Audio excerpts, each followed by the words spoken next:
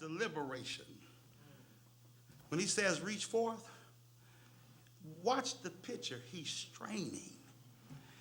Everything within him, he's straining after. He's stretching. Are y'all getting that?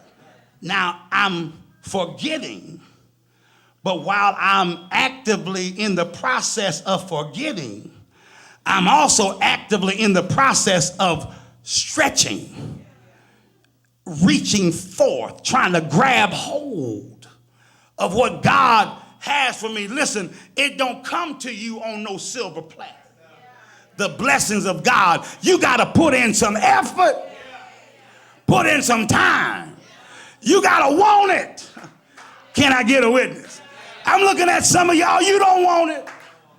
You don't want all that God has for you, because if you did, you would reach out. You would stretch. Can I get a witness? You would stretch yourself spiritually, biblically, devotionally, relationally, fellowship-wise. You would stretch everything within you, because that brings about liberation. So guess what you got to do? You got to not only have divine amnesia, but you got to engage in deliberate activity. That's the deliberate activity, is to stretch. I'm trying to grab hold of what he has in store for me. Those things which are ahead. Can I get a witness? That's develop, or that is learning how to have, or to be engaged rather, in a deliberate activity that brings about liberation. Anybody really want to be liberated? You want to be set free? You got to stretch. You can't sit there and don't do nothing and expect to be liberated. You got to stretch. Can I get a witness? You got to reach ahead for what God has, not what you want. Are y'all walking with me? That is, you got to become a religious or a spiritual activist and radical for Jesus Christ.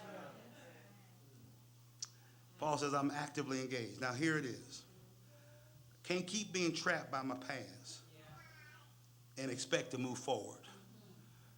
Oh, no. I got to engage in some deliberate activities. And that is stretching. You want to get further along? Stretch. You want to grow like the Lord desires you to grow? Stretch. Some of you, stretching means set your clock earlier. Just stretch. Change the time that you get up on Sunday, because that's why you want to stretch, so you don't stress about your past. And you want to be liberated? Set your clock. Get you an accountability partner. Say, sis or bruh, I struggle getting up for boot camp and how to study the Bible, but can I be accountable to you? And we accountable to each other, that I'm going to call you and I ain't going to be mad when you say, I don't want to hear no excuses. Get the dew out your eye and the sleep matter off of your mouth and come on to class. Stretch. See, some of y'all ain't stretching. Huh? Stretch. Stretch. But I got obstacles. When you got obstacles, you got to stretch more.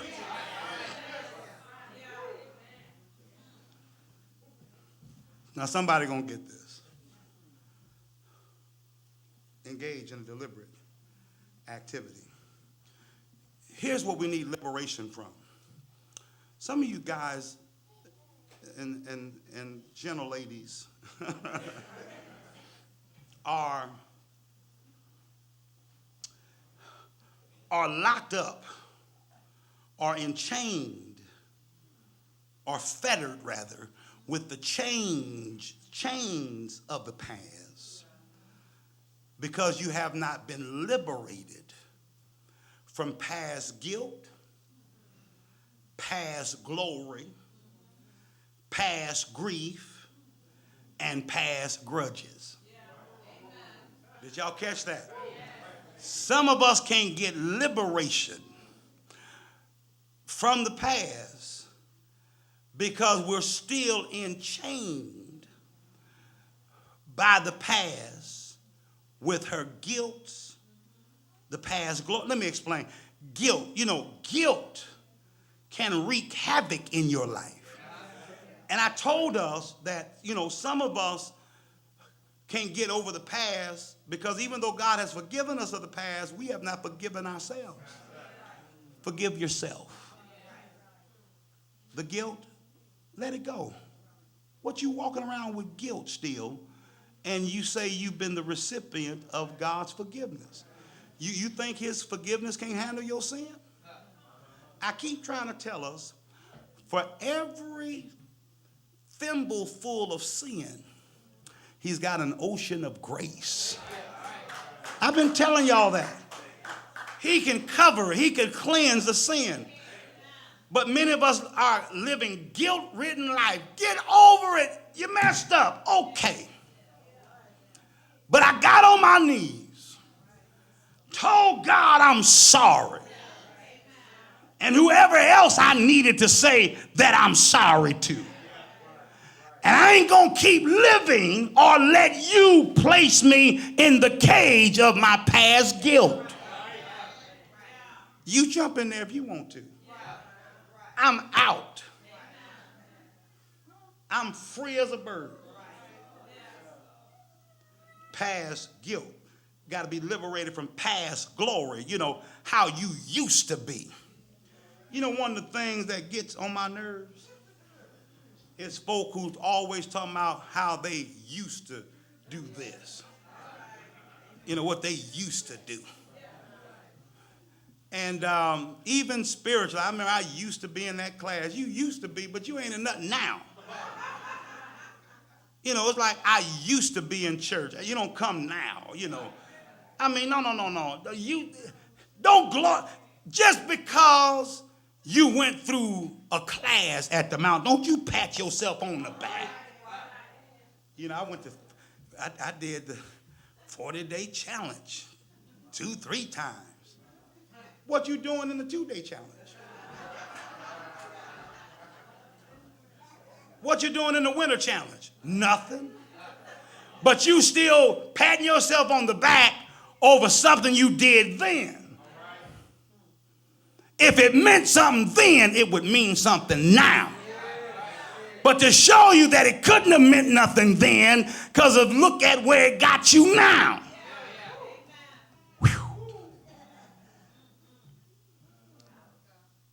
Some people will waste your time talking about God on the surface. Oh my God. Where we really struggle with as saints? Trying to serve God on the fringes. Just kind of on the edge. Ain't trying to go too far in and hope I don't fall off. But let me tell you here this. If this is the mountaintop edge and the valley is way down below, but you living on the edge, how safe you think you are on the edge than being in the middle? Some of you are one problem away from stop coming to church altogether. You one pastoral comment from changing your membership from Mount Zion Baptist to Bedside Cathedral. Because you living on the edge. You think like one of those commercials of old, a little dab will do you. What was that commercial? Real cream, a little dab will do you. Now some of y'all ain't saying nothing to me. You need all of the pomade. What is that? The soul glow. Y'all understand what? You need more than a dab. Get off the fringes. Some of us, y'all, because we ain't got this down, we're not engaged in deliberate activities. Some of us are a poor testimony to the power of God's salvation in a person's life if all that the Lord can get you to do is what you want to do and not what he wants you to do. Some of us don't realize this. Satan's getting a lot of glory out of you. God ain't getting none. The devil can get us to come to his events. Hello? Every event we participate in ain't got no spiritual twist to it. And some of it don't give glory and honor to God at all. Say amen. But without a flinch, we'll go to it. Don't care when it is. Monday, Tuesday, Wednesday, Thursday, Friday, Saturday, Sunday. It don't matter. Is it going on? Yes, I'm going. But you won't make that kind of sacrifice for God. You'll get the whole community to go with you. But don't tell nobody about the Lord Jesus. Ooh, it's getting hot in here.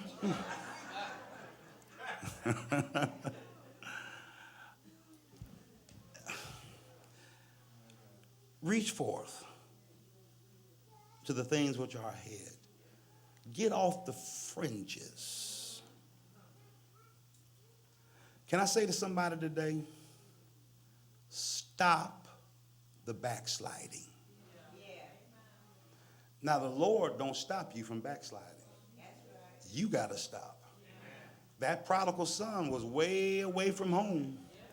The father didn't stop him, but he had a collision course, forgetting those things which are behind, reaching forward to those things which are before. Here it is, I close. I press. I got a determined attitude. I'm engaging, or I'm learning to have divine amnesia. I'm learning to engage in a deliberate activity. That's what Paul says to us. But lastly, he says, I'm learning to have a determined attitude where I am pressing toward the goal. It's the picture of a runner who's running a race.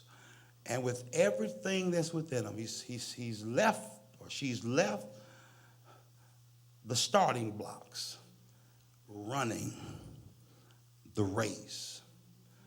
But while they're running, they don't run just to get across the goal line or the finish line. They're running